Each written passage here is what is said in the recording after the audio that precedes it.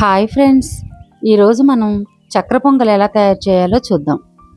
ముందుగా ఒక కప్పు బియ్యం, అదే కప్పుతో కప్పు పెసరపప్పు వేసి రెండు శుభ్రంగా కడుక్కుని, ఈ 2 కప్పులకి 4 కప్పుల వాటర్ పోసి ఆ రైస్ని మెత్తగా ఉడికించుకోవాలి. రైస్ ఉడికేలోపు ఒక చిన్న బౌల్లో నెయ్యి వేసి అందులో 4 జీడిపప్పు పలుకులు, కిస్మిస్, అలాగే ఎండు కొబ్బరి ముక్కలను కూడా సన్నగా తరిగి ఆ ముక్కలను కూడా వేయించుకోవాలి. ఈ ముక్కలు రెడ్ కలర్ వచ్చే వరకు ఫ్రై అయితే బాగుంటాయి. ఇలా ఉడికిన ఆ పొంగల్లో అదే కొలతతో 2 కప్పుల పంచదారను కూడా యాడ్ చేసుకుందాం.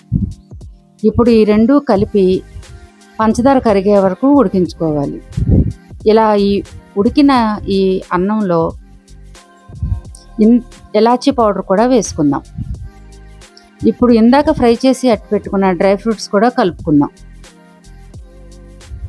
లాస్ట్గా ఒక 4-5 స్పూన్లు నెయ్యి కూడా కలుపుకోవాలి. అంతే ఫ్రెండ్స్, చాలా సింపుల్గా చక్కెర పొంగలి రెడీ అయిపోయింది. మీకు నచ్చితే లైక్ చేసి సబ్స్క్రైబ్ చేసుకోండి ఫ్రెండ్స్.